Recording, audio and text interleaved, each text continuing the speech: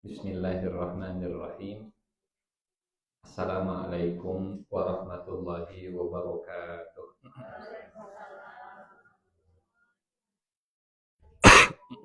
Alhamdulillah.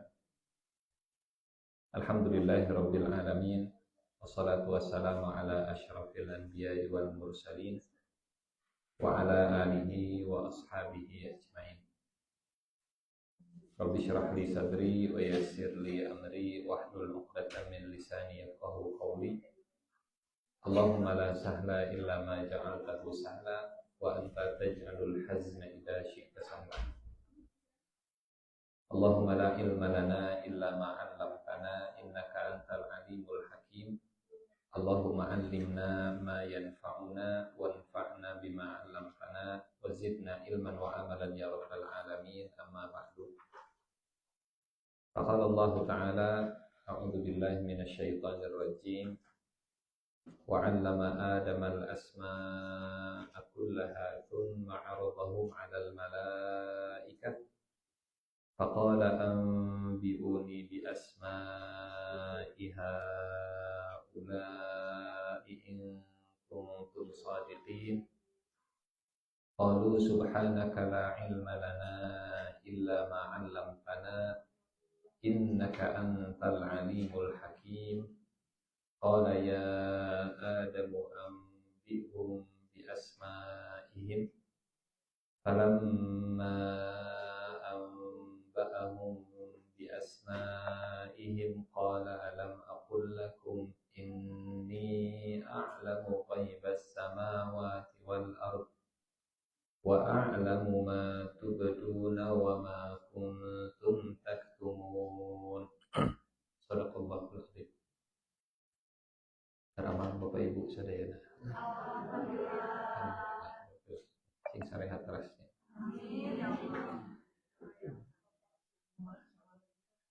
Alhamdulillah. Bapak Ibu, insyaallah kita lanjutkan tadabbur surat Al-Baqarah terakhir sampai ayat 30. Hari ini insyaallah 31 sampai 33 kalau waktunya cukup insyaallah. Ayat ke-30,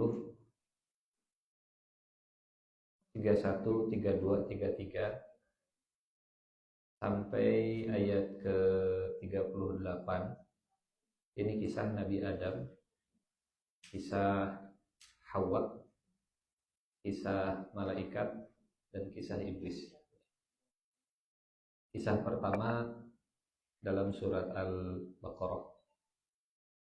Kisah sejarah manusia pertama kali. Kalau di ayat sebelumnya, ayat 25, Allah cerita tentang surga. Wa basyiril ladzina amanu wa 'amilus shalihati anna lahum jannah. Sampaikan berita gembira kepada yang beriman dan beramal soleh, bagi mereka akan disediakan surga. Di ayat 25 Allah berfirman tentang surga. Di ayat ke-30 dan seterusnya Allah cerita tentang surga juga di zaman Nabi Adam. Walaupun para ulama berbeda pendapat apakah surganya Nabi Adam itu jadi surga kita nanti di masa depan, apakah surga yang sama atau surga yang berbeda. Memang ada perbedaan pendapat ya. Jumhur dan mayoritas para ulama menyebut surganya sama. Sebagian seperti Abu Hanifah menyebut surga yang berbeda. Surga Nabi Adam dengan surga masa depan kita, surga yang berbeda.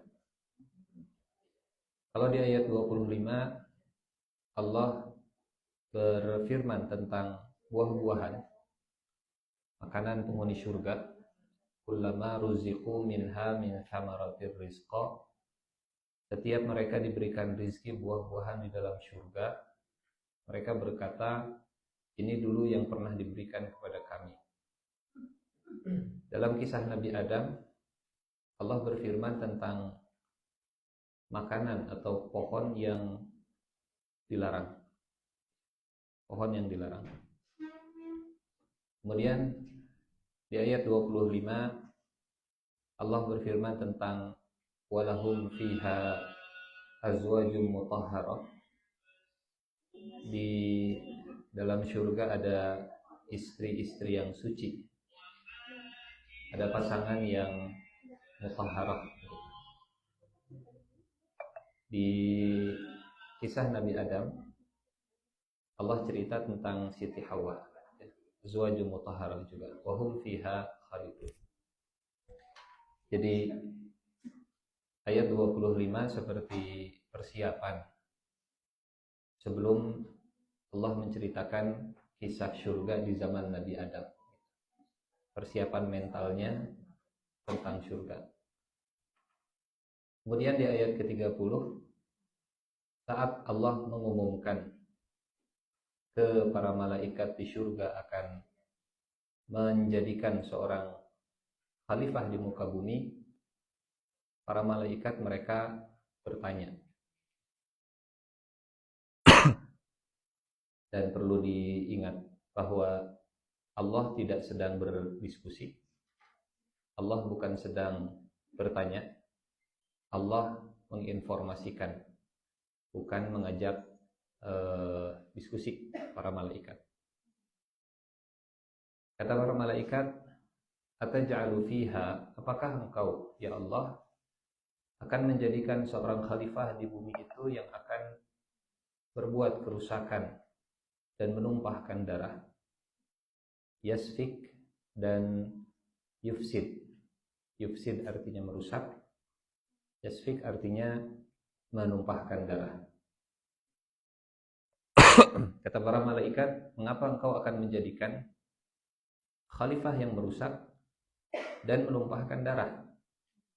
Sementara kami, padahal kami senantiasa bertasbih, memuji engkau dan mensucikan engkau. Wa nahnu nusabbihu bihamdika wa nuqaddisu lak.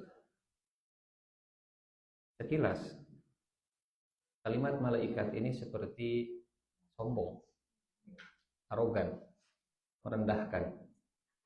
Bahkan kalau dibandingkan dengan kata-katanya iblis, memang bukan di surat Al-Baqarah kata-katanya iblis, nanti adanya di surat Al-A'raf, surat ke-7. Jauh lebih agresif, lebih ofensif, lebih menyinggung kata-katanya malaikat. Kalau iblis itu concernnya lebih ke bahan baku, bahan dasar penciptaan manusia. Kalau kata iblis, manusia itu tercipta dari tanah. Selesai. A'asjudu liman khalaqta tina. Apakah saya harus sujud kepada yang kau ciptakan dari tanah? Ana khairum minhu khalaqtani min narin wa khalaqtahu min tin.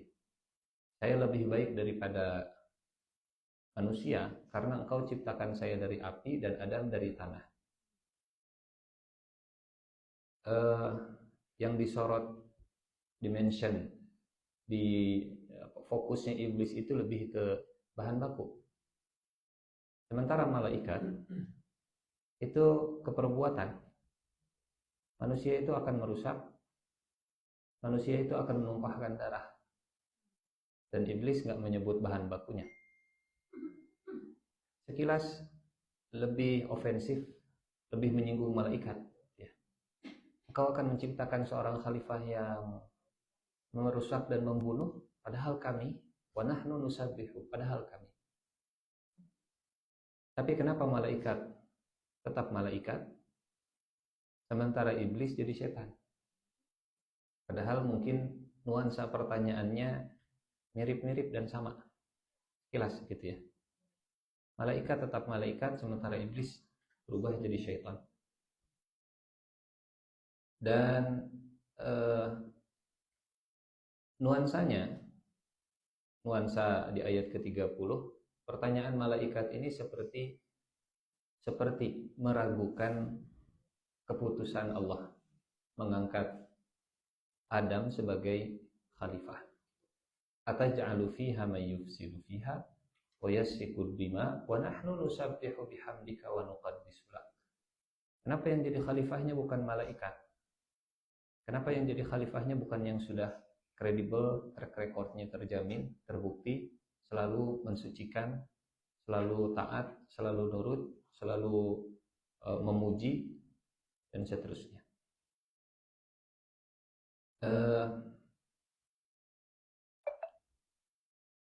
Ternyata kisah ini adalah kisah pertama manusia, kisah sejarah awal manusia yang dimulai dengan pertanyaan malaikat kepada Allah. Hikmahnya, pelajaran terbesar bagi kita, ternyata Allah sangat open gitu. Allah sangat terbuka dengan pertanyaan dari makhluk. Bahkan direspon, dijawab pertanyaan malaikat ataupun pertanyaan iblis. Jadi hikmahnya, kalau Allah saja menerima pertanyaan, kalau Allah saja terbuka dengan pertanyaan, bahkan pertanyaannya pertanyaan yang sangat nyelok gitu ya, sangat tajam pertanyaannya, apakah engkau akan menjadikan seorang khalifah? Seperti sekilas seperti meragukan takdir dan keputusan Allah,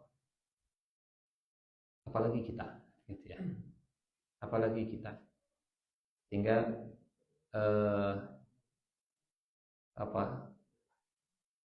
seolah pertanyaan ini jadi persiapan untuk manusia sebagai khalifah. Kalau kita ditugaskan sebagai khalifah di muka bumi, maka jangan pernah anti dengan pertanyaan atau kritikan. Ibu ngambil keputusan begini, kenapa ibu begitu? Saya kurang setuju, saya kritik keputusan ibu begini dan begitu. Anda jangan banyak tanya, ini sudah jadi keputusan saya. Oh, diktator berarti kita, otoriter berarti. Betul, ini kan kisah tentang Allah ingin mengangkat manusia sebagai khalifah, dan keputusan Allah ditanyakan oleh para malaikat. Yang membuat keputusan mengangkat manusia jadi khalifah saja ditanya oleh malaikat.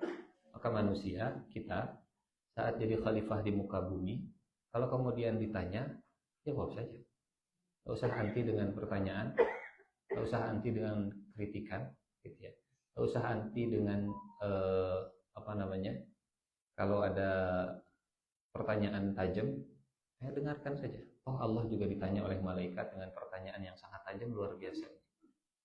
Ataj'alu fiha, apakah engkau akan menjadikan seorang khalifah di muka bumi yang akan merusak bumi, yang akan membunuh gitu. Ke alam manusia itu perusak, dan ke makhluk hidup manusia itu pembunuh. Yufsid wa yasfik. Bahasa lainnya, bahasa kasarnya, ini keputusan yang salah. Betul? Ini keputusan yang tidak benar. Dan kita belajar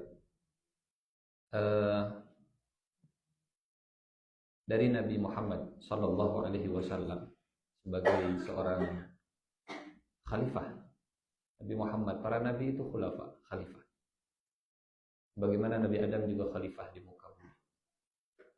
Banyak kisah dalam sirah nabawiyah bagaimana Rasulullah Sallallahu Alaihi Wasallam ditanya keputusannya oleh para sahabat. Bahkan sampai keluar kalimat, ya Rasulullah, keputusan Anda ini tidak tepat. Bapak pernah mendengar cerita perang Badar? Waktu Nabi menempatkan pasukan di Badar, Badar itu daerah yang banyak sumurnya. Jadi Nabi menempatkan para sahabat, sumurnya ada di depan, Nabi dan para sahabatnya ada di sini, musuh dari sana. Jadi sumurnya ada di tengah-tengah.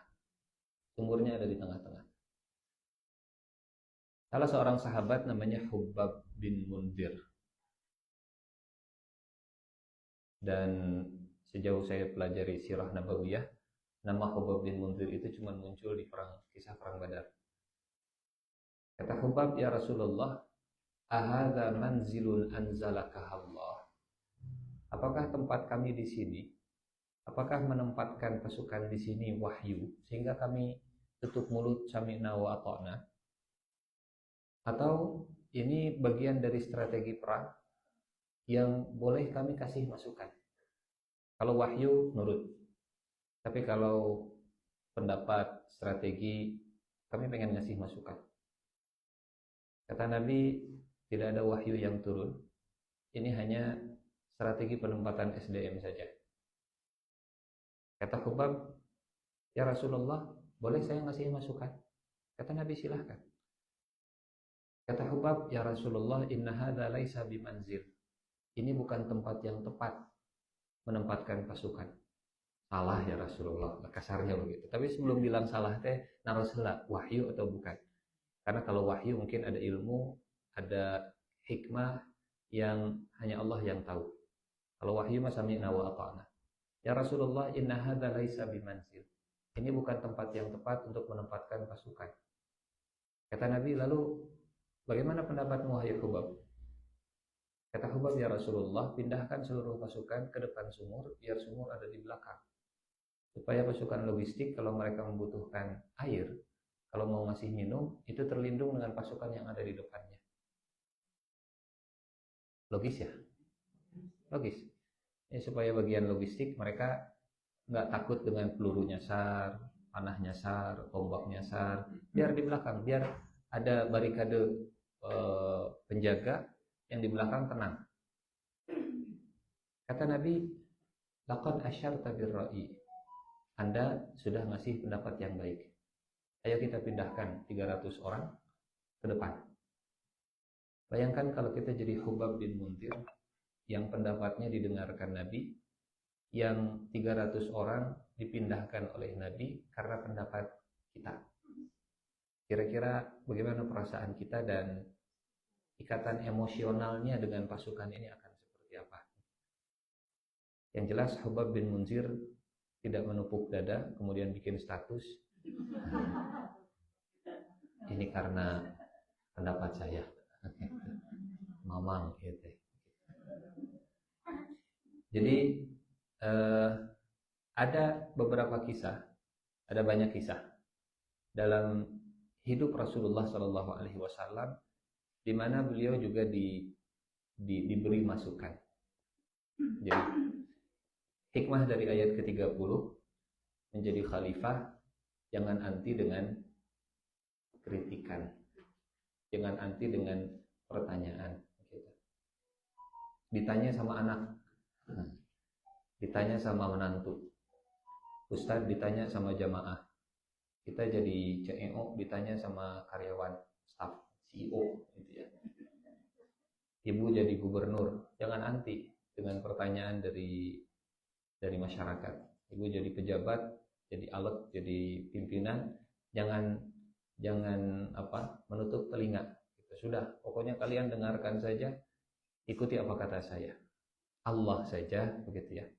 Allah saja ditanya oleh malaikat saat mengumumkan keputusannya. Dan kemudian Allah menjawab para malaikat, inni a'lamu ma la ta'lamu. Sungguh aku mengetahui apa yang tidak kalian ketahui. Kemudian di ayat 31, lanjut ayat 31. Dan Allah wa'allama, dan Allah dia mengajarkan kepada Adam nama-nama seluruhnya. Siapa yang mengajarkan Adam? Allah. Bu, Pak, kita kalau punya guru yang hebat, kita bangga. Saya muridnya Bapak Ustadz Fulan. Saya muridnya Profesor Fulan. Kita bangga saat kita punya guru yang hebat luar biasa. Saya ini dibimbing langsung oleh Profesor Fulan, Profesor Fulana. Dia langsung yang membimbing saya. Saya itu muridnya Kiai Fulan. Saya itu muridnya Habib Umar bin Hafiz. Oh, saya itu muridnya Kiai Anu, saya ini muridnya Ustadz Anu, langsung di bawah bimbingan beliau saya belajar. Manusia bangga kalau punya guru yang hebat. Bayangkan kalau gurunya langsung Allah Subhanahu wa Ta'ala. Wa 'allama Adam, dan dia mengajarkan kepada Adam langsung tanpa perantara. Allah langsung mengajarkan Adam. Sebagai perbandingan, para nabi itu semuanya diajarkan oleh Allah. Ilmunya para nabi itu langsung didapatkan dari Allah Subhanahu wa Ta'ala. Jadi perbedaan ilmu manusia dan ilmu nabi seperti perbedaan ilmu manusia dan ilmu Allah Subhanahu wa Ta'ala. Kita kalau belajar itu dari manusia ke manusia ke manusia ke manusia ke manusia. Ada sanadnya, ya. Murid ke guru, guru pernah belajar ke gurunya, gurunya ke gurunya, ke gurunya, ke gurunya, ke gurunya. Tapi kalau nabi, sanadnya bukan manusia ke manusia. Manusia langsung ke Allah Subhanahu wa Ta'ala. Hingga walaupun Nabi Muhammad Shallallahu Alaihi Wasallam itu ummi, tidak bisa baca dan tidak bisa menulis, tapi gurunya langsung Allah Subhanahu wa Ta'ala. Dan cukuplah kemuliaan, kehormatan bagi Nabi yang ummi, beliau jadi guru bagi seluruh para ulama. Beliau jadi guru untuk seluruh umat manusia. Dan bayangkan Nabi Adam, kelasnya di surga, gurunya langsung Allah Subhanahu wa Ta'ala tanpa perantara. Wa 'allama Adam. Kalau selain Nabi Adam, kadang ada Jibril yang jadi perantara. Lihat surat yang lain. Min wara'i hijab. Surat yang lain teh surat Asy-Syura ayat 51. Asy-Syura ayat 51. Wa ma kana li basharin ayyukallimahu Allahu illa wahyan aw min wara'i hijabin aw yursila rasula fayuhiya bi'idnihi ma yasha innahu aliyyun hakim. Asy-Syura ayat 51. Dan tidaklah bagi manusia itu diajak bicara oleh Allah Subhanahu wa Ta'ala kecuali dengan jalan wahyu atau dari balik hijab, tirai, atau diutus utusan Jibril. Kemudian utusan ini yang memberi wahyu dengan izin Allah apapun yang Allah kehendaki. Sesungguhnya Dia Maha Tinggi dan Maha Bijaksana. Jadi manusia yang diajak bicara oleh Allah itu dengan 3 media. Wahyu atau di balik tirai, di balik layar, di balik hijab, atau lewat perantara para malaikat, au yursila rasula.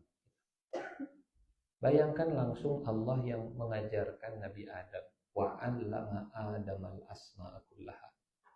Kenapa bisa? Karena tempatnya di surga. Karena di surga ini tempat yang kemampuan manusia itu di atas rata-rata. Kemampuan manusia tidak sama seperti kemampuan di dunia. Ya, kalau di dunia mata manusia itu terbatas. Jarak sekian kilo sudah kurang, nggak kelihatan. Bahkan mungkin semakin bertambah usia, jangankan yang jauh, yang dekat juga orang. Di dunia manusia nggak bisa melihat Allah Subhanahu wa Ta'ala. Tapi di surga manusia punya kemampuan mata yang luar biasa. Pendengaran di dunia 20 sampai 20 ribu hertz. Pendengaran manusia terbatas. Di bawah 20 hertz kedengaran, di atas 20 ribu hertz juga nggak kedengaran. Tapi di surga semua suara-suara yang indah itu terdengar. Jadi secara fisik kemampuan manusia untuk mendengar, melihat, berpikir ini sangat sempurna. Dan punten, seluruh kesempurnaan manusia itu ada pada Nabi Adam alaihissalam. Kalau kita kan ya kecerdasannya sudah kebagi-bagi, ya kesana, penyesaan orang. Tapi saat Allah menciptakan Nabi Adam, kesempurnaan manusia itu semuanya ada di Nabi Adam. Bayangkan cerdasnya, kemudian postur tubuhnya juga besar. Nabi Adam itu sekitar 30 meter tingginya, 60 hasta. Ya betul. Jadi kita mah seperti cingir Nabi Adam. Saya cingir. Nabi menyebutnya 60 hasta. Tingginya Nabi Adam itu 60 hasta. Satu hasta itu dari ujung jari sampai ujung siku, satu hasta. Kurang lebih setengah meter ya satu hasta itu. Jadi kalau 60 hasta ya 30 meter lah kurang lebih. 30 meter itu seperti 6 lantai gedung. Satu lantai itu kan sekitar berapa? 5? 4? 5 lah misalnya begitu ya. Satu lantai 5. 6 berarti 6 lantai gedung. Jadi volume otaknya lebih besar, ya, matanya lebih tajam, nyamperin hidungnya oke lebih gede.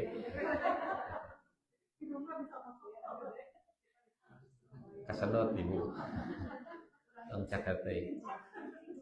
Paru-parunya juga lebih besar, jantungnya juga lebih besar, dan aliran darahnya juga karena jantung lebih besar, lebih kuat.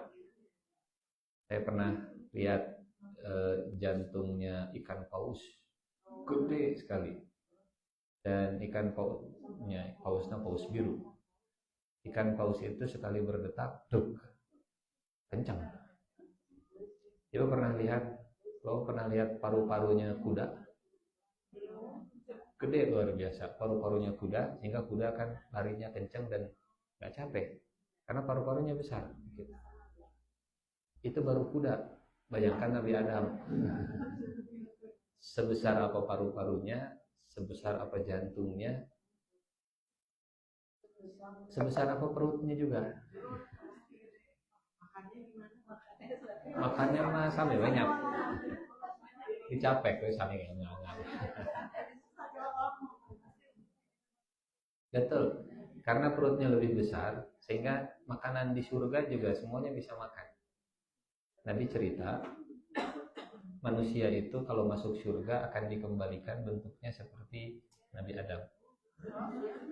Akan dikembalikan seukuran Nabi Adam. 30 meter, 60 hasta, kurang lebih 60 hasta, kurang lebih 30 meter, supaya ya kebayang kulitnya lebih tebal begitu ya, lebih terasa nikmatnya nanti di surga. Sampai kata Nabi, penghuni surga itu akan diberikan kekuatan 100 orang. 100 orang.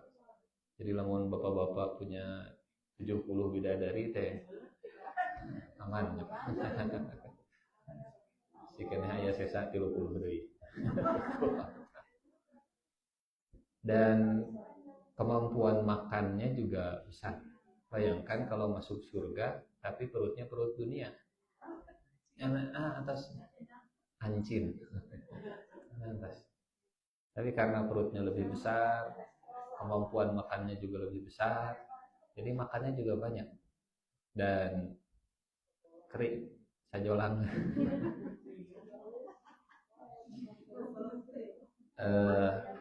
Kotorannya bukan berupa feses, tapi jadi keringat.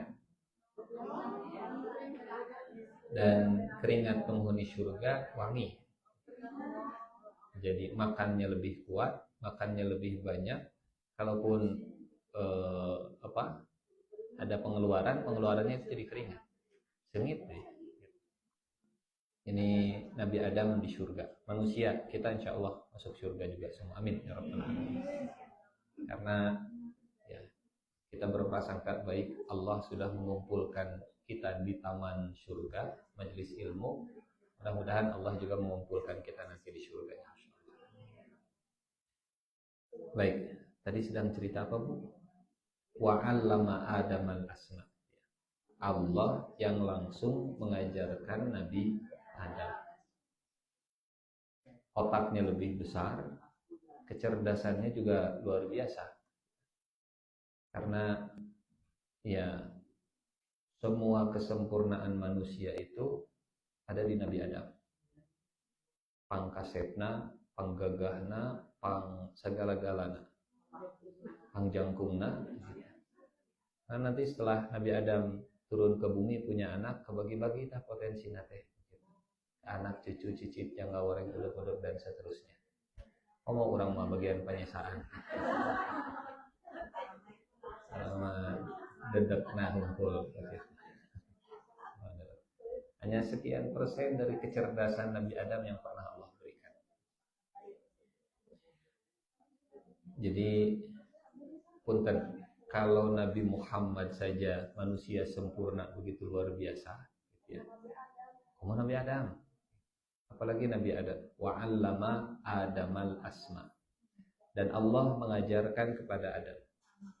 Punten, kalau ada guru yang hebat, pasti cara ngajarnya juga hebat. Betul ya? Bayangkan kalau gurunya itu adalah Allah Subhanahu wa ta'ala. Allah itu yang mengajarkan, 'allama. Dan dalam surat Ar-Rahman, Allah menggunakan kata 'allama ini. Ar-Rahmanu 'allamal Qur'an. Yang Maha Pengasih, yang mengajarkan Al-Quran. Bayangkan ada guru, gurunya sangat penyayang, dan guru penyayang ini yang mengajarkan Al-Quran.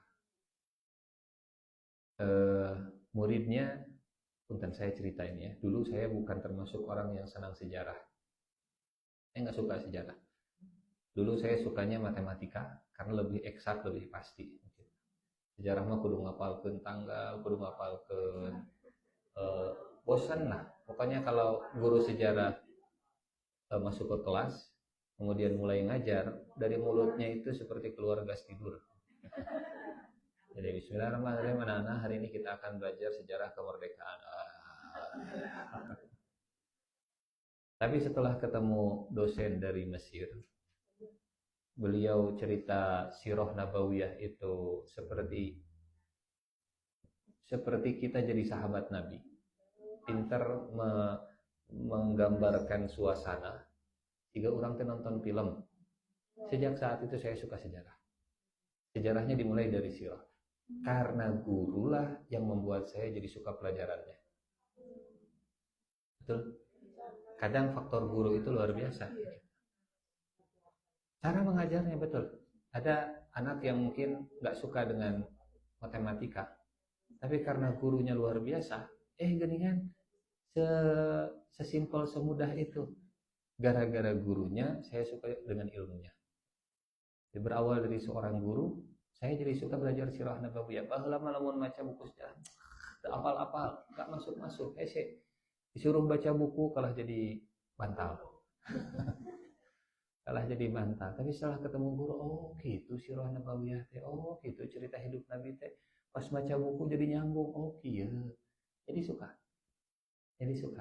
Dan akhirnya ya bayangkan kalau gurunya itu adalah Allah Subhanahu wa ta'ala. Wa 'allama Adam.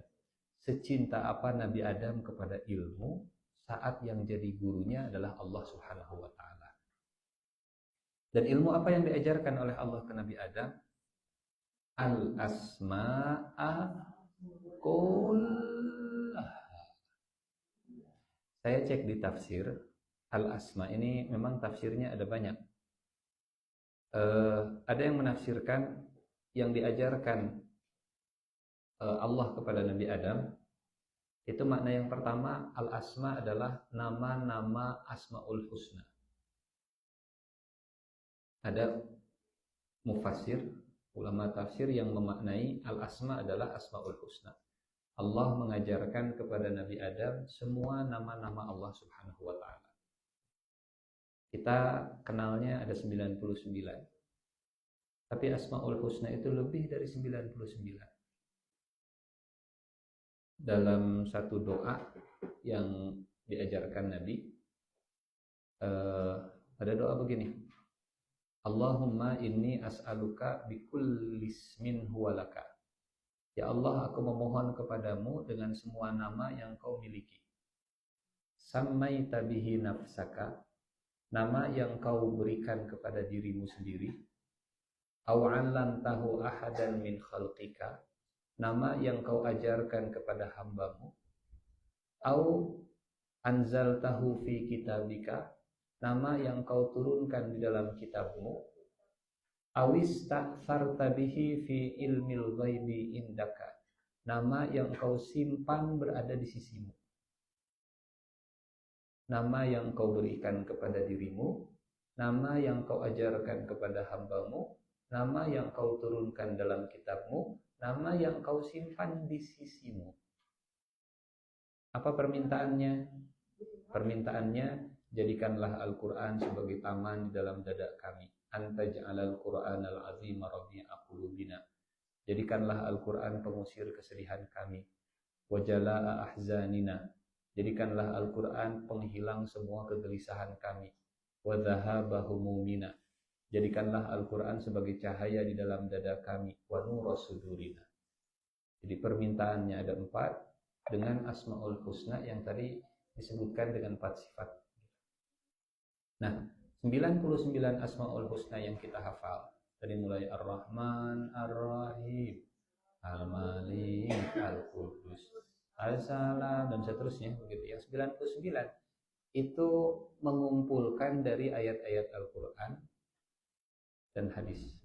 Bahkan 99 Asmaul Husna yang kita hafal itu tidak semuanya mengkolek beberapa Asmaul Husna dari hadis. Ada beberapa Asmaul Husna yang tidak disebut di 99 yang kita hafal.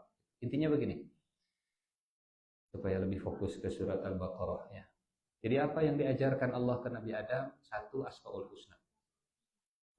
Wa 'allama Adamal asma'a kullaha, dan Allah mengajarkan kepada Adam semua nama-nama Asmaul Husna seluruhnya. Yang kedua, para ulama tafsir mengatakan al-asma adalah nama-nama keturunan Adam. Nama kita, nama saya, nama bapak ibu, itulah yang dulu diajarkan Allah ke Nabi Adam. Nama kita. Jadi Allah keluarkan semua manusia, kemudian Allah kenalkan kepada Nabi Adam. Adam, ini namanya Nuh, ini namanya Muhammad, ini namanya Isa, ini namanya Daud, ini namanya Sulaiman, ini namanya Ihsan, ia namanya Ibu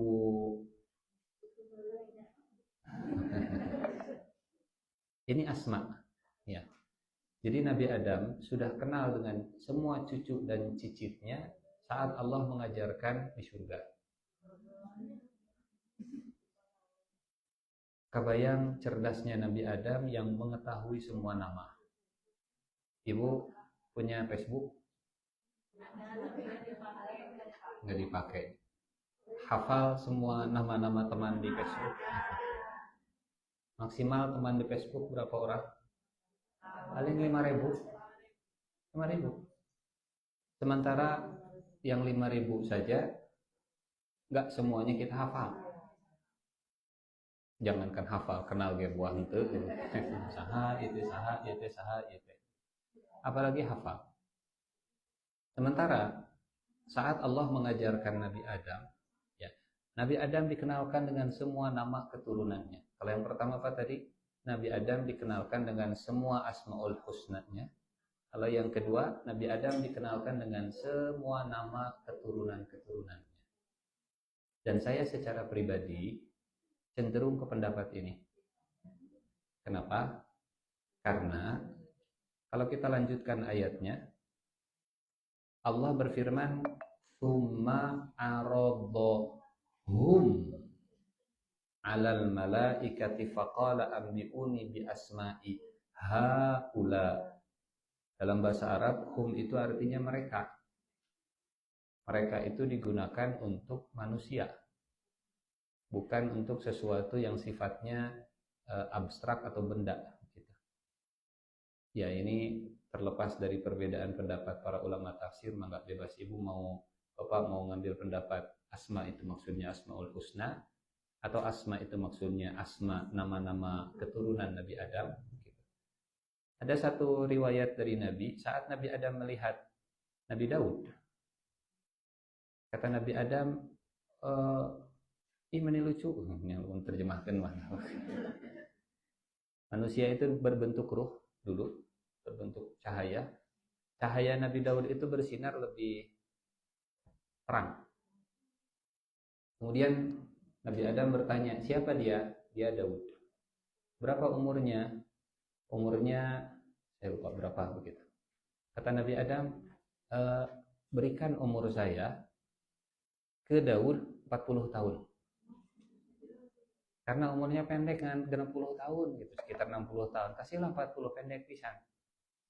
Dan saat Nabi Adam didatangi malaikat maut, kata Nabi Adam, kan jatah umur saya kata Allah sekian ribu tahun. Kata malaikat, betul, tapi kan 40 tahun sudah engkau berikan jatahnya kepada Nabi Daud. Enggak kok, enggak gitu. Kata Rasulullah SAW, sejak saat itulah keturunannya Nabi Adam selalu berbantah-bantahan dalam masalah usia. Dan sejak saat itulah usia manusia itu nggak dikasih tahu lagi jatahnya oleh Allah Subhanahu wa Ta'ala. Jadi manusianya lupa kalau pernah ngasih jatah ke anaknya. Kemudian saat ditagih, itu kami juga orang juga gitu. Jadi ini makna yang kedua, asma. Makna yang ketiga, wa 'allama Adamal asma'a kullaha, dan Allah mengajarkan kepada Adam nama-nama benda seluruhnya. Nama benda. Kalau yang pertama nama Allah, kalau yang kedua nama keturunan Adam, nah, kalau yang ketiga nama benda. Pak Ustadz, boleh nggak kalau pendapat yang keempat semua nama itu tadi? Mangga kena nama. Semuanya. Nama Allah iya, nama keturunan iya, nama benda juga iya, semuanya diajarkan kepada Nabi Adam. Walaupun ya saya secara pribadi cenderung ke yang kedua, karena tadi summa aradhahum alal, kemudian Allah mengemukakan kepada para malaikat, mereka itu mengemukakan mereka kepada para malaikat, dan Allah berfirman, sebutkanlah nama-nama mereka. Ambiuni bi asma'i haula. Haula dalam bahasa Arab biasa digunakan untuk makhluk hidup, untuk manusia.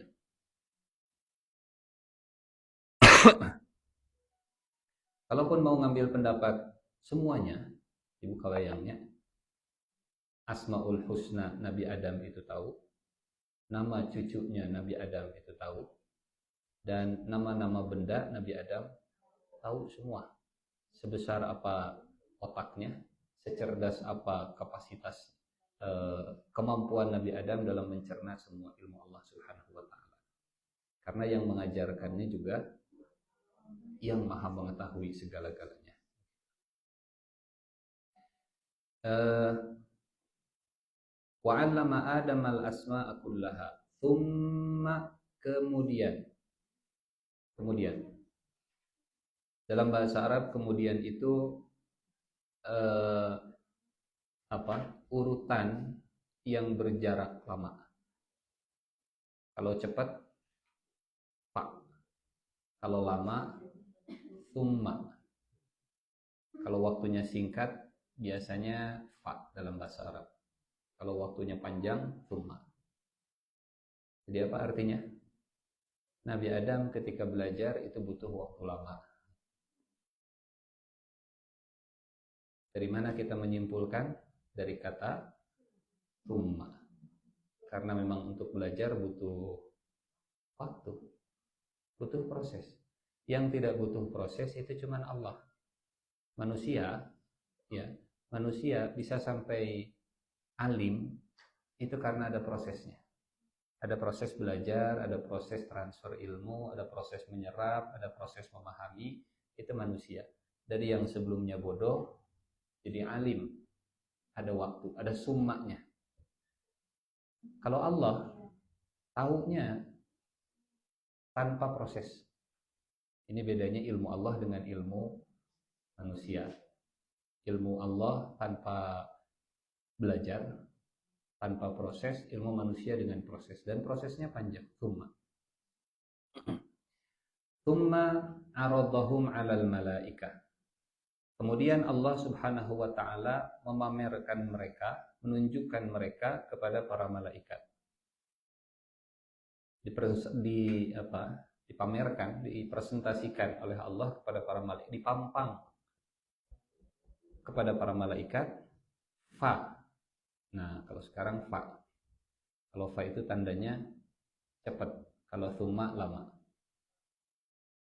Faqala, kemudian Allah berfirman kepada para malaikat, ambiuni bi asma'i haula'i in kuntum shadiqin.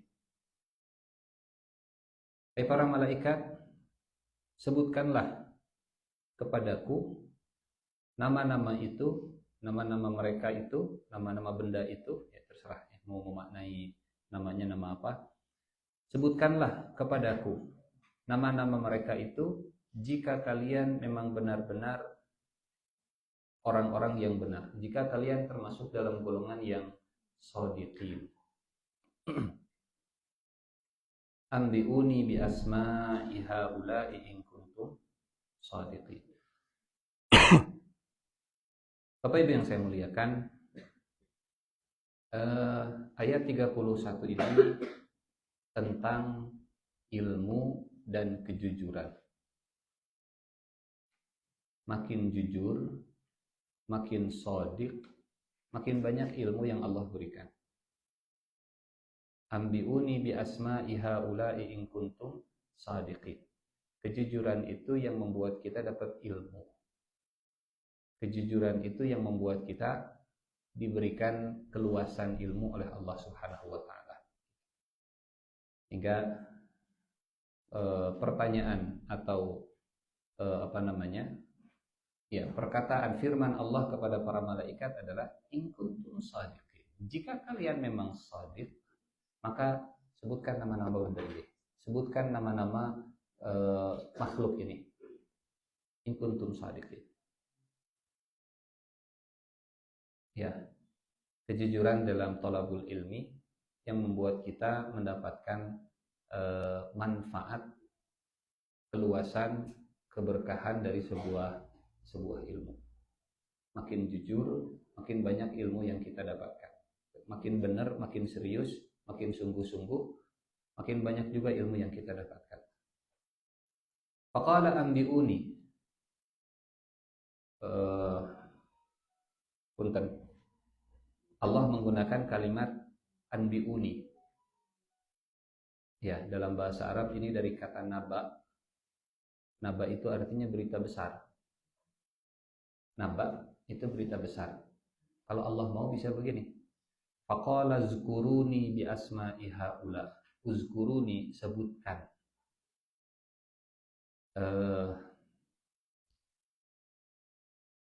Ya, anbi'uni itu bukan sekedar menyebut, tapi menyebut sesuatu yang besar, namanya naba. Nabi disebut nabi karena berita yang dibawa oleh nabi bukan berita biasa, tapi berita besar. Faqala anbi'uni bi asma'i haula'i in kuntum shadiqin. Sebutkan kepadaku nama-nama mereka itu, benda-benda itu, jika kalian benar-benar yang jujur. Kemudian di ayat 32, jawaban para malaikat kepada Allah Subhanahu wa taala. Qalu, para malaikat menjawab, subhanaka la ilma lana illa ma 'allamtana innaka antal alimul hakim. Maha suci Engkau, tidak ada yang kami ketahui selain apa yang telah Engkau ajarkan kepada kami. Sesungguhnya Engkaulah yang maha mengetahui lagi maha bijaksana. Ayat 32 mengajarkan kepada kita. Ini pun Bu, Pak. Konteks ayatnya 30 sampai 38 tentang kisah pengangkatan Adam sebagai seorang khalifah. Oke. Pengangkatan Adam sebagai seorang khalifah. Tadi kita belajar jangan anti dengan pertanyaan, jangan anti dengan kritikan. Meskipun tajam gitu ya, meskipun pertanyaan itu mempertanyakan keputusan kita, seperti Allah yang dipertanyakan oleh para malaikat. Kemudian yang kedua, pentingnya mencari ilmu dalam waktu yang panjang sebagai bekal seorang khalifah. Wa 'allama Adama al-asma'a kullaha tsumma. Ayat 32 kita belajar tentang jangan gengsi berkata saya tidak tahu. Jangan malu menjawab la ilma lana. La ilma lana itu tidak ada yang kami ketahui. Nggak tahulah la ilma lana. Saya tidak tahu. Imam Malik, gurunya Imam Syafi'i, beliau pernah ditanya 60 pertanyaan. Yang bertanya itu datang dari negara Maroko, negara Maghrib, jauh. Imam Malik, beliau tinggalnya di Madinah. Muridnya sudah datang jauh-jauh, ya. Yang jelas tidak lebih jauh dari kita ke Masjid Al-Amin lah. Ini dari Maroko datang ke Madinah, bertanya fatwa, nanya ke Imam Malik. Pertanyaannya 60. Yang dijawab oleh Imam Malik cuma 20. Sisanya 40 pertanyaan, jawaban Imam Malik la adri. Tanya lagi, la adri. La adri itu saya nggak tahu. Tanya lagi, la adri, saya nggak tahu. Kata mereka, wahai Imam Malik, anta ini imamu daril hijrah. Anda ini adalah imam negeri hijrahnya Rasulullah Sallallahu Alaihi Wasallam. Anda ini ulama besar. Anda ini bahasa ayana non, profesor, mufti, kiai, ajaban, habib, ustadz besar dan seterusnya. Anda menjawab tidak tahu, tidak tahu, tidak tahu. Dari 60 pertanyaan yang kami ajukan, 20 bisa jawab, 40 Anda jawab tidak tahu. Kata Imam Malik, sampaikan kepada penduduk Maroko, Imam Malik tidak tahu. Qul li ahlil Maghrib anna Imam Malik la yadri. Jangan gengsi untuk mengatakan karena tidak tahu itu setengah dari ilmu. Cari lagi ilmu, belajar lagi. Dari mana kita belajar? Dari kalimat malaikat la ilma lana. Kami nggak tahu ya Allah. La ilma lana. Kami tidak punya ilmunya. Illa ma'allamtana, kecuali yang engkau ajarkan kepada kami. Kecuali kalau engkau sudah mengajarkan kami. Dan kalimat inilah yang sering saya kutip sebelum mengisi pengajian. Allahumma la ilma lana illa ma 'allamtana innaka antal alimul hakim. Allahumma 'allimna ma yanfa'una wanfa'na bima 'allamtana. Ya Allah, Alimna ma yanfa'una, ajarkan kami apa yang bermanfaat bagi kami, wanfa'na bima 'allamtana, dan jadikan bermanfaat apa yang sudah Engkau ajarkan kepada kami. Ajarkan kami ilmu yang bermanfaat dan jadikan bermanfaat apa yang telah Engkau ajarkan. Wanfa'na bima 'allamtana wazidna ilman. Terus setelah itu tambahkan ilmu kepada kami.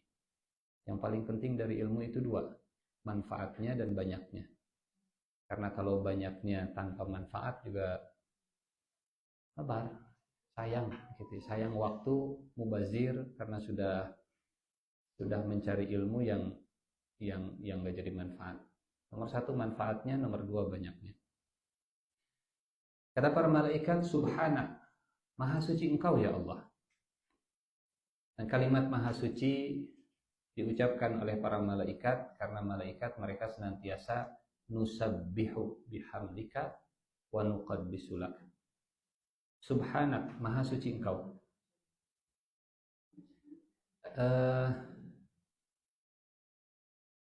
Kalimat tasbih ini maknanya Allah mustahil berbuat jahat, karena tasbih itu artinya apa? Allah suci dari semua keburukan, Allah suci dari semua kekurangan, Allah suci dari semua kejahatan, maha suci Allah, suci dari semua keburukan. Su'uzon itu namanya tidak bertasbih.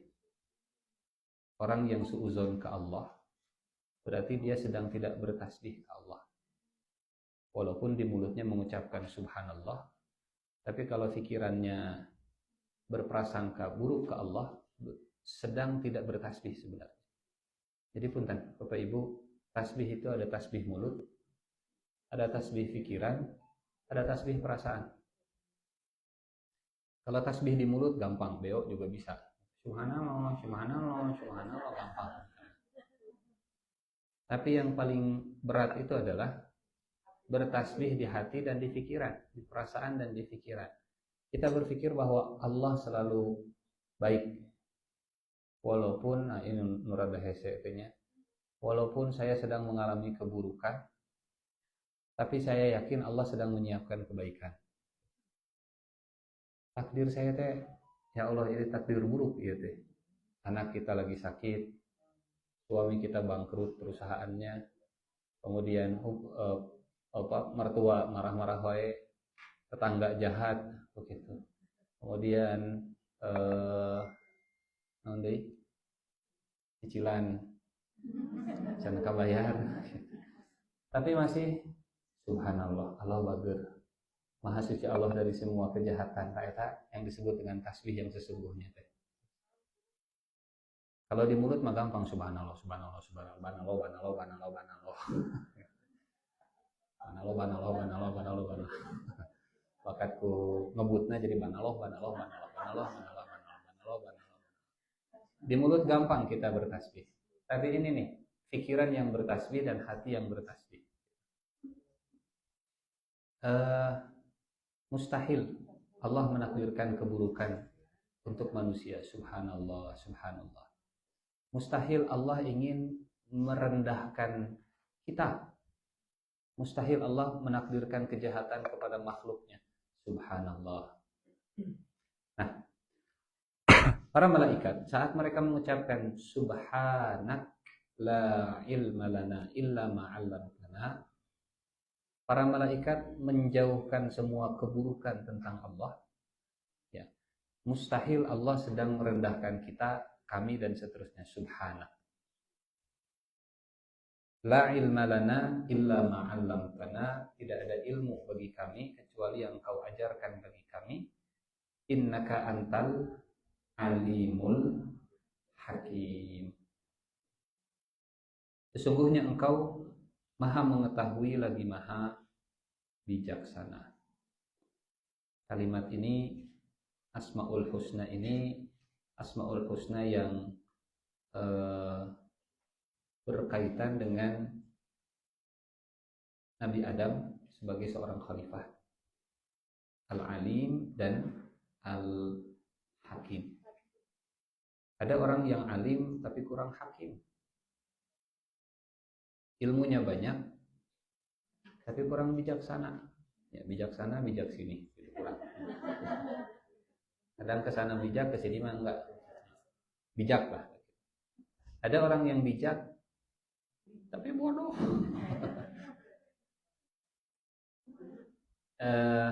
Ya, Allah memiliki dua-duanya, alim dan hakim. Ilmunya luas dan bijaksananya juga luar biasa. Innaka antal alimul hakim. Inilah gurunya Nabi Adam.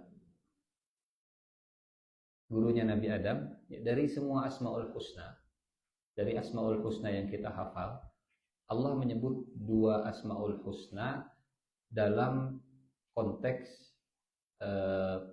proses belajar mengajarnya Nabi Adam. Al-alim dan al-hakim. Punya ilmu dan bijaksana. Kemudian ayat terakhir, ayat 33. Qala ya Adam, ambihum bi asma'ihim.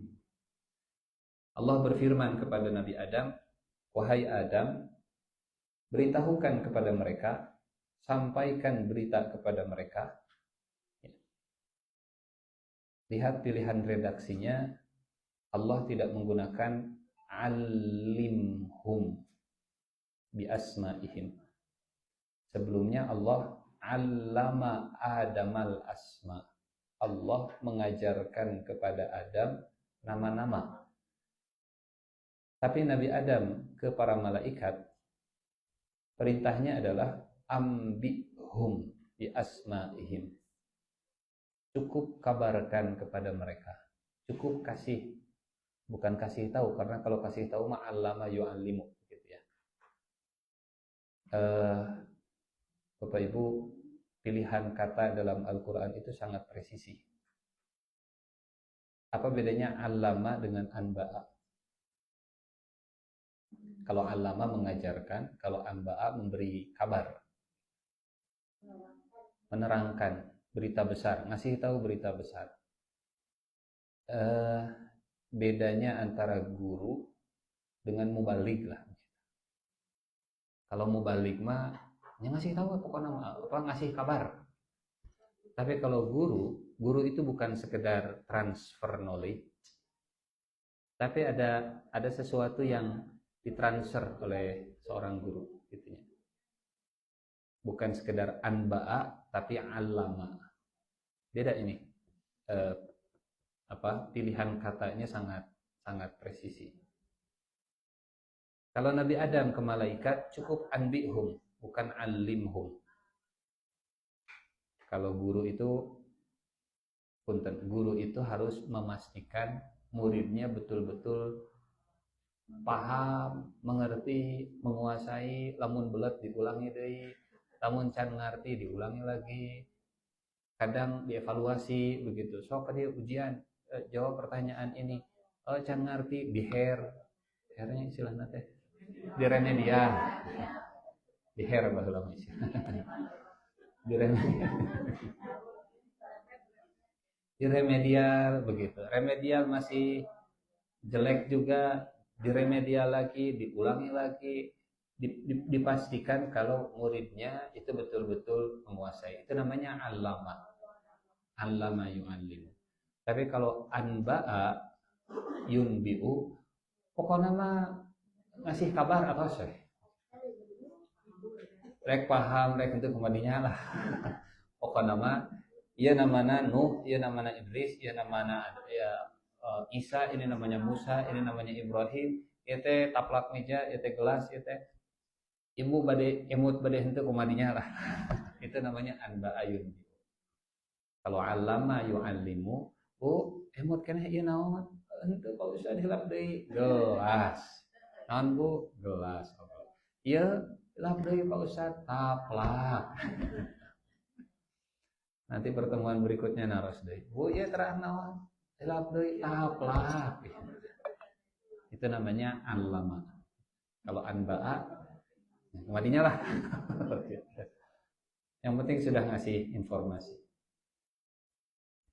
Qala ya Adam ambihum bi asma'ihim. Wahai Adam, beritahukan, bukan beritahunya, beritahu ma'alama, kabarkan kepada mereka nama-nama mereka bi asma'ihim. Falamma amba'ahum bi asma'ihim, maka setelah Adam memberi kabar kepada mereka dengan nama-nama yang sudah Allah ajarkan kepada mereka, Bapak Ibu bisa bayangkan kekaguman, ketakjuban para malaikat dengan kecerdasan yang dimiliki oleh Nabi Adam. Jadi Nabi Adam menyebutkan satu persatu. Ini Asmaul Husna Ar-Rahman, Ar-Rahim, Al-Malik, Al-Qudus, As-Salam, Al-Mu'min. Anu siga kieu namina Al-Jabbar, Al-Malik. Ini namanya Muhammad, ini namanya Adam, ini namanya Fir'aun, kita itu Fir'aun ya. Ada poek mongkleng. Ini namanya Abu Jahal, ini namanya Abu Lahab. Ini namanya Binyamin Netanyahu. Waktu Nabi Adam, waktu Rasulullah Isra Mi'raj ketemu Nabi Adam di langit pertama, Nabi melihat Nabi Adam menengok ke kanan bahagia, senyum. Nabi Adam menengok ke kiri sedih. Karena Binyamin Netanyahu anak Adam, Fir'aun juga anak Adam, Abu Jahal juga anak Adam. Bayangkan bapak melihat anaknya kafir, nakal, bandel, koruptor, anak Adam, penewa koruptor, oke anak Adam. Ibu punya anak, bapak punya anak, berantem satu sama lain. Sedih nggak sebagai orang tua? Sedih. Sedih. Itu semua anaknya. Oke, semuanya anak Nabi Adam alaihissalam. Sehingga nengok ke kanan, alhamdulillah. Nengok ke kiri, si Ujang, si Ade, si sedih Nabi Adam. Dan Nabi Adam ngasih tahu ke para malaikat, iya si fulan, iya fulan, iya fulan, iya fulan. Para malaikat mendengarkan presentasi Nabi Adam bisa kalah. Antara takjub dengan Nabi Adam dan lebih-lebih mereka takjub dengan sang pencipta Nabi Adam. Betul? Sehingga nanti di ayat 34 kita akan cerita sujudnya malaikat itu maknanya dua. Sujud penghormatan kepada Adam.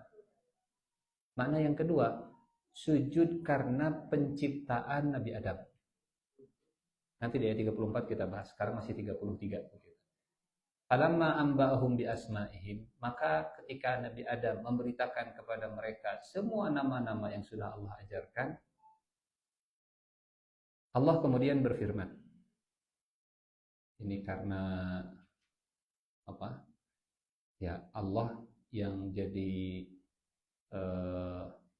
kalau bahasa kita mah MC begitunya. Malaikat tahu ini apa? Nggak tahu. Adam tolong jelaskan kepada mereka. Selesai Nabi Adam menjelaskan, kata Allah, malaikat, bukankah sudah saya katakan? Alam aqul lakum inni a'lamu ghaibas samawati wal ardi wa a'lamu ma tubduna wa ma kuntum taktumun.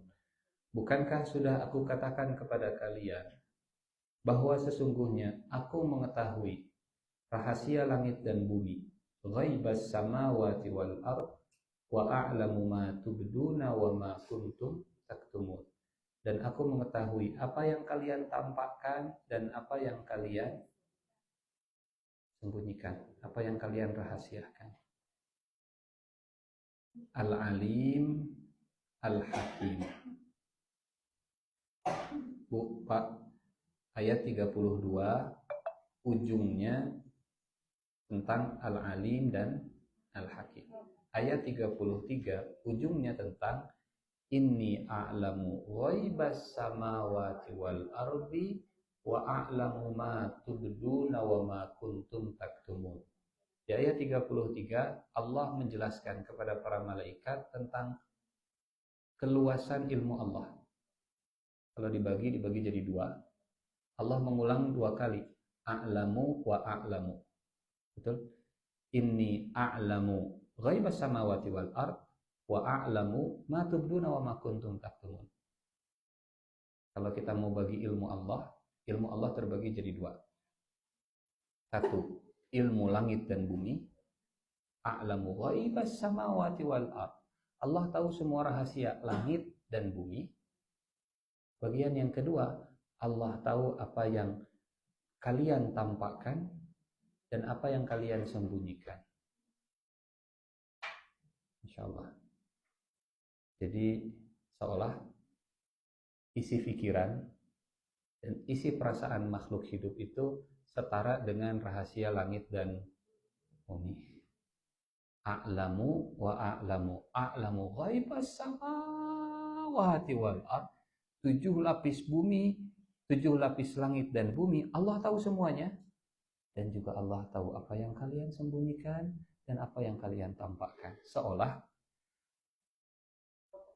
makhluk hidup itu bisa menampung rahasia sebanyak langit dan bumi. Ini kan dipisahkan dua, a'lamu wa a'lamu. A'lamu ghaibas samawati wal ard wa a'lamu ma tubduna wa ma kuntum taktumuna. Dan inilah guru Nabi Adam yang mengetahui rahasia langit dan bumi, yang jadi gurunya Nabi Adam, yang mengetahui isi hati, isi pikiran, dan yang ditampakkan oleh manusia, yang mengajarkan Nabi Adam. Makanya ilmu para nabi itu nggak bisa dibandingkan dengan ilmu orang pintar manapun. Karena yang mengajarkan nabi itu Allah langsung. Allah. Hadis itu simpel, tapi saat digali oleh para pakar, wow, luar biasa. Hadis Nabi itu difahami oleh orang Badui, dan kalau digali lebih dalam itu membuat takjub para ilmuwan. Misal, ini contoh. Nabi misalnya bicara tentang kesehatan, gitu ya. Dengan bahasa yang sederhana, kata Nabi, misalnya ada hadis begini: ma mala'a adamiyun batnan wi'aan syarran ma mala'a adamiyun wi'aan syarran min batnin. Tidak ada wadah yang lebih buruk diisi penuh oleh manusia selain dari perutnya. Tidak ada wadah yang lebih buruk diisi penuh oleh manusia selain dari perutnya. Kemudian kata Nabi begini, ini hadisnya masih koma. Kata Nabi, kafa libni Adam luqaimatun yuqimna sulbahu. Cukuplah bagi anak Adam itu beberapa suapan yang menegakkan tulangnya. Fa in kana la budda, kalimat terakhir, dan jika tidak ada jalan lain, fasulusun li ta'amihi, maka sepertiga perutnya untuk makan, sulusun li syarabihi, sepertiga perutnya untuk minuman, wasulusun linafasihi, dan sepertiga untuk nafas, untuk udaranya. Hadisnya dibagi jadi 3 tentang wadah paling jelek diisi penuh itu adalah perut. Itu bagian yang pertama. Bagian yang kedua, makan itu cukup untuk menegakkan punggung. Bagian yang ketiga, kalaupun harus nambah banyak, maka sepertiga. Dan sekarang ya kita tahu pola makan yang sehat seperti itu. Sebenarnya kita itu belum butuh makan kalau duduk masih bisa tegak. Coba duduknya masih bisa tegak. Nah, kalau duduk masih bisa tegak, sebenarnya belum butuh makan. Kan itu makna hadisnya. Kalau duduk masih bisa tegak, hendak ya. Naon salatri. Kalau duduk masih bisa tegak, belum butuh makan. Tapi kalau sudah rada ngagaleong, begitu, sudah lordosis, skoliosis, sudah susah untuk tegak, silahkan makan. Tapi makannya, Bapak Ibu, kita sering memaknai sepertiga itu batas minimal. Padahal itu batas maksimal. Kita sering memahami hadis ini sepertiga sebagai batas minimal. Batas minimal mah kalau duduk masih bisa tegak, itu batas minimal makan. Batas maksimal sepertiga. Bahkan kita masuk ke sepertiga untuk makanan,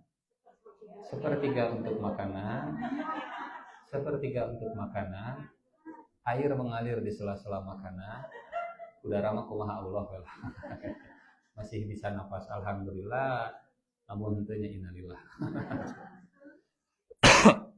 Ini pola hidup sehat yang disampaikan oleh Nabi dengan bahasa yang simpel dan sederhana.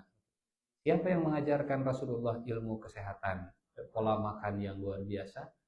Allah, Al-Alim, Al-Hakim. A'lamu ghaibas samawati wal ard wa a'lamu ma tubdun wa ma kuntum taktumun. Yang nampak dan yang tidak nampak. Yang tidak nampak bisa pikiran, perasaan, ataupun yang tidak nampak itu termasuk proses pencernaan makan juga tidak nampak. Itu juga tidak nampak. Tapi banyak ilmu.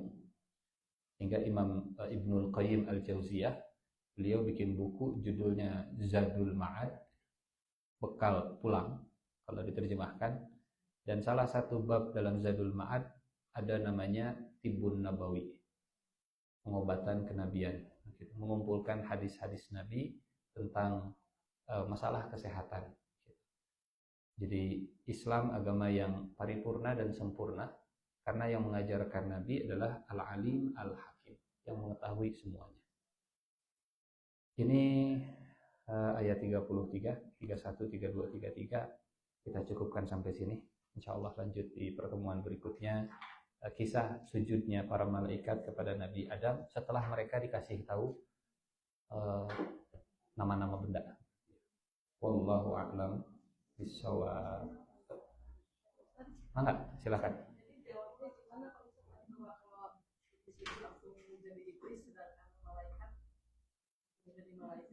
Iya.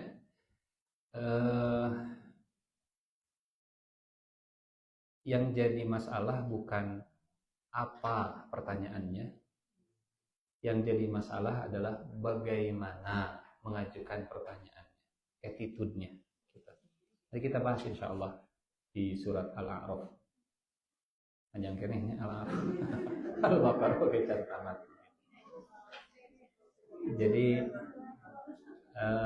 bukan tentang pertanyaannya, tapi bagaimana mengajukan pertanyaannya. Karena kalau tentang pertanyaannya sendiri, pertanyaan malaikat itu tajam luar biasa. Tapi how to-nya, attitude-nya ketika bertanya itulah yang sikap ketika bertanya itulah yang kemudian jadi masalah pada iblis. Insya Allah kita bahas di pertemuan berikutnya. Karena pertemuan berikutnya tentang penolakan iblis untuk sujud kepada Nabi Adam AS. Ada lagi pertanyaan lain? Enggak.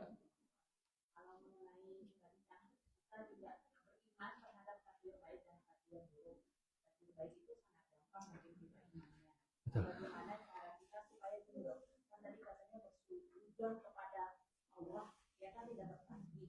Termasuk berarti kan tidak beriman terhadap takdir buruk. Bagaimana kita bersikap dalam beriman terhadap takdir buruk dan dalam menghadapi takdir buruk itu supaya tidak sujud. Jawabannya gampang, prakteknya yang susah. Ya. Susah memprakteknya, betul. Susah memprakteknya karena dalam keadaan susah, dalam keadaan musibah, dalam keadaan kita dapat fitnah, ujian yang berat, setan itu makin kencang bunyinya dan suaranya. Maka yang pertama, mau tidak mau kita harus minta tolong dulu ke Allah. Iyyaka na'budu wa iyyaka nasta'in. Mengamalkan iyyaka na'budu wa iyyaka nasta'in itu, ya Allah, saya ingin tetap menyembah-Mu dan saya butuh pertolongan-Mu, khususnya kalau lagi susah. Jangan sampai saya menyembah hawa nafsu saya saat saya lagi susah. Saya butuh pertolongan Allah. Kita butuh pertolongan Allah untuk tetap menyembah Allah, bukan menyembah hawa nafsu. Karena kalau lagi susah tuh yang disembah pasti hawa nafsu. Kieu-kieu Allah, kan saya teh sudah istighfar, saya teh sudah rajin di majelis taklim, saya teh sudah sedekah, saya teh sudah infak, nah kalah bangkrut saya teh ya Allah. Ari batur matara infak kalah mah ya Allah. Dan seterusnya. Jadi pada akhirnya pun sebelum tips dan trik nomor 1 minta tolong ke Allah. Ya Allah tolong saya, bimbing saya, bantu saya, jaga saya, jangan sampai saya tergelincir dalam hawa nafsu saya. Jangan sampai saya mengikuti syahwat dan pikiran buruk saya. Iyyaka na'budu wa iyyaka nasta'in. Yang kita sembah cuma Allah, yang kita minta tolong juga Allah. Ini satu. Yang kedua, kita butuh lingkungan, pengingat.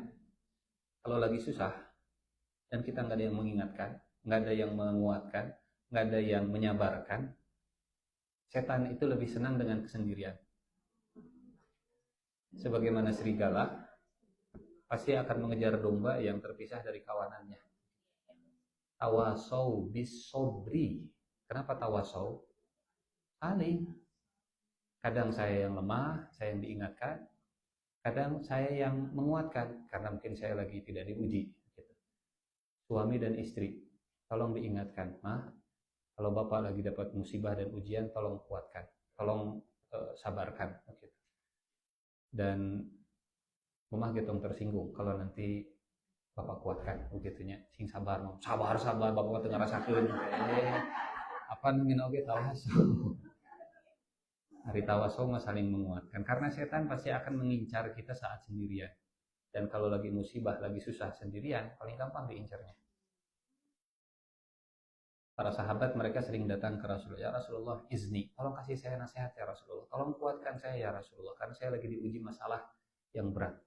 Ini yang kedua, kita butuh lingkungan, kita butuh teman, kita butuh tawasau bil haqqi, tawasau bis sabri.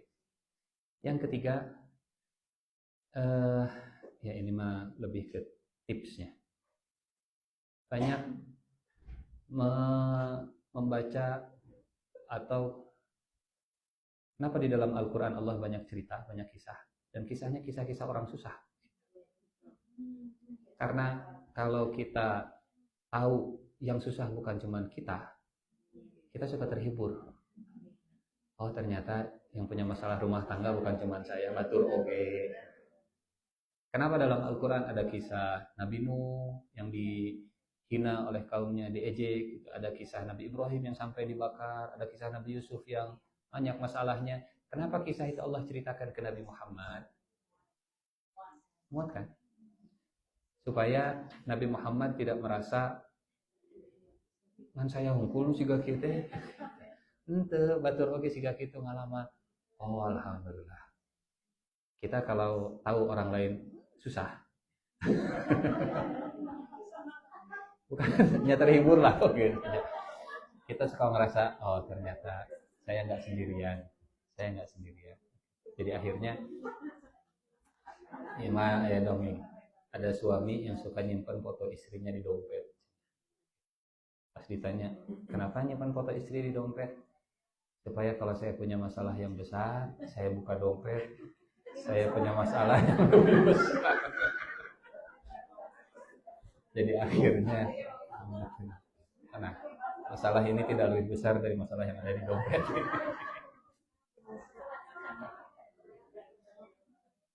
Batur ya tamanya. Bapak-bapak di dia mah ada cara nyimpan foto istri. Alat lihat. Jadi yang ketiga tadi membaca, ya bukan cuma kita yang punya masalah, gitu ya. Takdir buruk bukan hanya menimpa kita, bahkan menimpa orang lain. Boleh jadi orang lain lebih susah dari kita. Kan orang lain apal, kitanya yang tidak tahu. Masing-masing punya ujian, bahkan mungkin kalau dibandingkan ujian orang lain lebih berat dari kita. Allahu a'lam bishawab. Ada lagi? Enggak.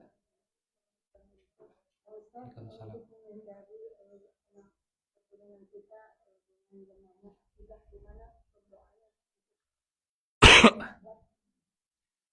Ada satu doa yang ini mind blowing kata anak muda sekarang. Mind blowing itu bikin kaget. Doanya Nabi Ibrahim untuk cucunya, anak cucunya. Kata Nabi Ibrahim, wajnubni wa baniya an na'budal asnam. Surat apa itu teh? Bentar. Nabi Ibrahim minta ke Allah, jauhkan saya dan anak-anak saya dari menyembah berhala. Surat Ibrahim ayat 35. Wa iz qala Ibrahim rabbi ij'al hadzal balada amina wajnubni wa baniya an na'budal asnam. Dan ingatlah ketika Ibrahim berdoa, wahai Tuhanku, jadikanlah Mekah negeri yang aman, jauhkanlah aku beserta anak cucuku dari menyembah berhala. Bapak Ibu punten, Nabi Ibrahim yang waktu mudanya menghancurkan berhala, masih minta ke Allah, jauhkan aku dari menyembah berhala. Terus setelah itu anaknya, leheng itu apa bahasa Indonesianya? Mending kalau doanya itu, ya Allah, jauhkanlah anakku dari menyembah berhala. Saya mah amanlah ya Allah. Ternyata enggak. Sebelum minta ke Allah jauhkan anaknya dari menyembah berhala, atau bahasa pertanyaan tadi, jaga akidah anak saya. Ternyata Nabi Ibrahim berdoa, jaga saya dulu ya Allah. Jaga saya, jaga akidah saya, dan anak saya dari menyembah berhala. Karena pada akhirnya anak-anak kita bayangan dan cerminan kita. Pada akhirnya tarbiyatul aulad adalah tarbiyatul nafas. Mendidik anak adalah mendidik diri kita sendiri. Memohon kebaikan kepada anak itu diawali dengan memohon kebaikan kepada diri kita sendiri dulu. Jadi apakah ada doanya? Ada doanya. Doanya ini salah satunya. Wajnubni wa baniya an na'budal asnam. Jauhkan aku dan anakku dari menyembah berhala. Sekhawatir itu seorang Nabi Ibrahim, bapak tauhid Nabi Ibrahim. Sekhawatir itu seorang Nabi Ibrahim yang masa mudanya dibakar karena menghancurkan berhala. Khawatir, ya Allah, jauhkan saya dari menyembah berhala. Wajnubni, ini yang bikin mind blowing. Wajnubni, jauhkan saya. Kalau orang tua khawatir ke anak mah biasa, tapi orang tua khawatir ke dirinya, padahal masa lalunya punya track record yang luar biasa. Ini luar biasa. Jadi akhirnya ini doanya, doa menjaga akidah untuk anak dan untuk kita sebagai orang tua. Wajnubni wa baniya an na'budal asnam. Ayat 35 surat Ibrahim surat 14. Dan yang namanya berhala juga bisa beragam ya. Popularitas bisa jadi berhala, netizen bisa jadi berhala, subscriber bisa jadi berhala, endorse bisa jadi berhala, like bisa jadi berhala, gitu. Game bisa jadi berhala, gadget bisa jadi berhala, semuanya bisa jadi berhala. Wallahu a'lam bishawab. Ada lagi? Tadi mana silahkan. Kalau tidak salah, perkataan dunia di surga itu berdasarkan dan berjalan sesuai kebiasaan di dunia. Salah satu yang membedakan tingkat surga seseorang adalah Al-Qur'annya. Salah satunya, bukan satu-satunya, begitu ya. Salah satunya karena masuk surga itu jalurnya ada banyak, pintunya juga ada banyak, sehingga tingkatan di surganya juga bisa berbeda-beda. Dan inilah kemahaluasan rahmat Allah Subhanahu wa taala. Ada orang mungkin yang lemah dalam ibadah sholatnya. Sholat fardu dia kerjakan, cuman sholat sunnahnya lemah. Tapi diganti dia dengan sodakohna, misalnya teh, kuat sekali sodakohnya. Dia masuk surga dengan jalur sedekah. Ada yang rada cepel pananganna, cepel kopet, koret, mereka hese, gitu. Tapi di sisi yang lain, ngajinya rajin luar biasa, mungkin dia akan masuk surga dan dapat tingkatan yang tinggi dengan ngajinya. Maka saum sunnahnya barangkali, hanya mizan itu, timbangan amal itu ada banyak, dan manusia suka membandingkan orang lain dengan kacamata dia. Saya teman juga mau masuk surga, ada kunaon. Itu juga saya. Nah, itu salah satunya begitu ya. Salah satunya yang mengangkat derajat seseorang adalah kedekatannya dengan ayat Al-Quran. Wallahu a'lam. Cukup? Enggak.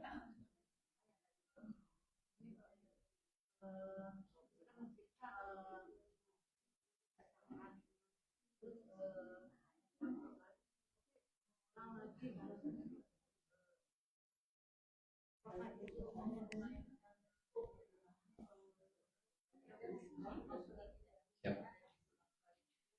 Apakah mengulang kesalahan setelah bertaubat mempermainkan Allah? Bapak Ibu, selama kita tidak melakukan dengan sengaja, apalagi meniatkan akan saya ulangi perbuatan saya setelah saya tobat, tidak masalah. Yang jadi masalah adalah merencanakan kemaksiatan dalam pertobatan. Itu yang tidak boleh. Ya Allah, sekarang saya tobat ke Mekah, umroh, haji, nanti pulang ke Indonesia rekorupsi deh, dapat bersih, itu nggak boleh. Tapi kalau tergelincir, tobat lagi, kepleset, tobat lagi, ngagibah, astagfirullahaladzim deui, anjing ngagibah deui, astagfirullahaladzim deui, kepleset lagi. Yang penting kita bisa memastikan saat meninggal dunia tidak dalam keadaan maksiat ketahui. Nah, masalahnya di situ. Selama masih ada umur untuk bertobat, Allah Maha Pengampun. Yang harus kita khawatirkan, pas menuju ngagibah, maut. Aduh, si Bu itu lagi ada yang bahaya. Allah Maha Pengampun. Selama manusia tidak bosan bertaubat, Allah tidak akan tobat untuk mengampuni dosa manusia. Dan jangan pernah menutup pintu taubat kepada siapapun. Isi di Mautan. Pernah dengar kan cerita pembunuh 99 orang? Pas nanya, saya bisa tobat gak? Naon dorakana membunuh berapa banyak? 99. Lebat euy. Jadi gak bisa al-khabub. Menutup pintu tobat, akhirnya dia yang tertutup pintu tobat. sudah meninggal. Tapi salah satu ikhtiar supaya tidak mengulang kesalahan, tinggalkan lingkungan yang buruk. Karena kadang pengaruh lingkungan itu membuat kita jadi balik deui.